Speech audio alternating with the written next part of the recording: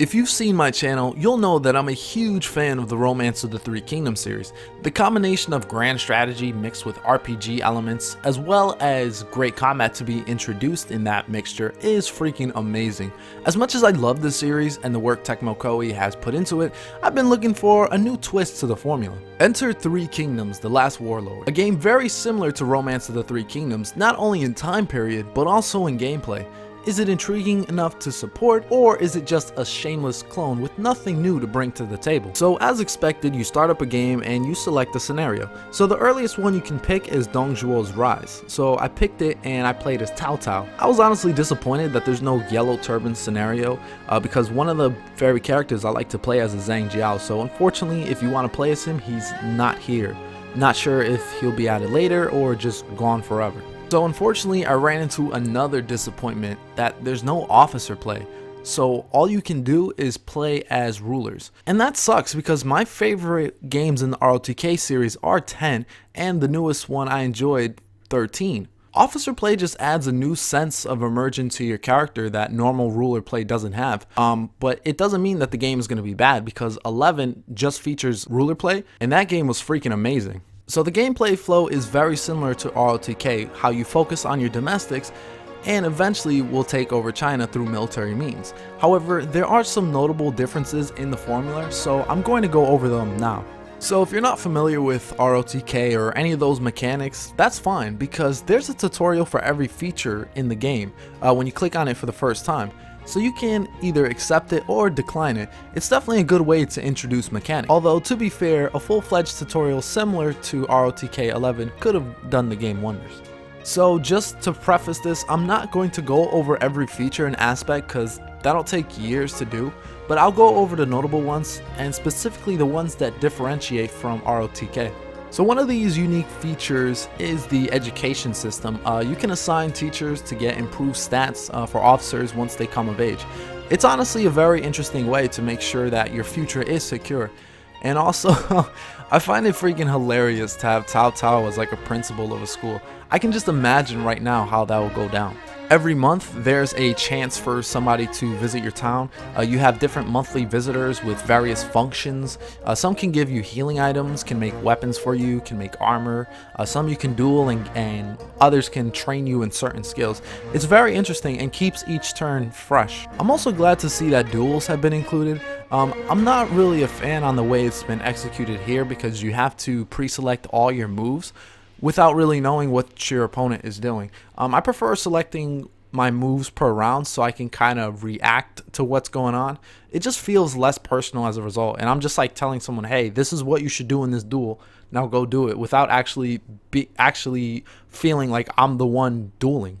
I'm also glad to see that the character creators here, it's definitely a huge staple in the ROTK series and I love playing around with it. There's a ton of parameters here and stats to play around with as before, you know, to mix and match your personality, see if they like alcohol or not, so definitely a lot of fun to play with. So here's where the tone of this review is unfortunately going to change for the worse. So the beauty of ROTK was how everything felt connected and you were part of a larger story, you know, like you were actually within history.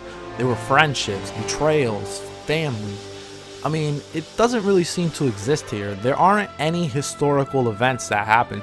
So whatever scenario you are, if you wanted to see Cao Cao's rise to power or Dong Zhuo's fall, you'd have to do that yourself. It's not just going to happen when it hits a certain date or anything, or you can't really like play a part to try to influence it. You just either make it happen or it don't, but there's no like cutscenes for it. I'm assuming this will get added later. I'm also just not a big fan of this report system. I find it a bit unnecessary. I get that if you're friendly with certain officers, they'll join you, and if you're enemies with them, then they won't. But I don't see how it plays out really. Like, it doesn't really seem to change dialogue options or really how people approach you. So I find it kind of lacking at the moment. Maybe it'll be expanded on. I'm not too sure. So again, it's early access, so we already know what to expect at this point. There definitely is a lack of polish to be expected. And the English translation is rough. I mean, these guys are, the developers from what I understand, are from China. So it's cool that you know, they're from China, you know, much respect. But unfortunately, the translation isn't very well done. And there's also been some reported bugs by other players saying that they crashed in a game. And when they try to load it, they just kept crashing over and over again. So it pretty much wiped their whole game, which is very unfortunate. So the end of turn shows a report of what happened, and oof. This is just an eyesore to look at.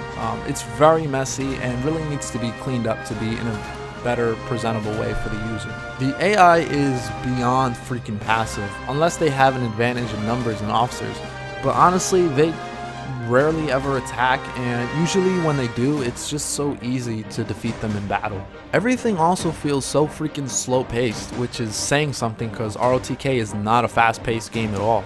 I mean, you can only recruit a finite amount of units every 3 months, so it harkens back to the earlier ROTK games, and that just makes early expansion very difficult, especially if you only have one city. So before the battles, you need to deploy your forces, obviously. So you assign officers to army types and march out. In the pre-battle, you can set formations with various different benefits. It definitely can help depending on your composition. So many of your battles will be siege battles. It's vital to bring siege equipment, because if you don't, it's going to take a long time to destroy the gate. And even if you do, it still will take a long ass time.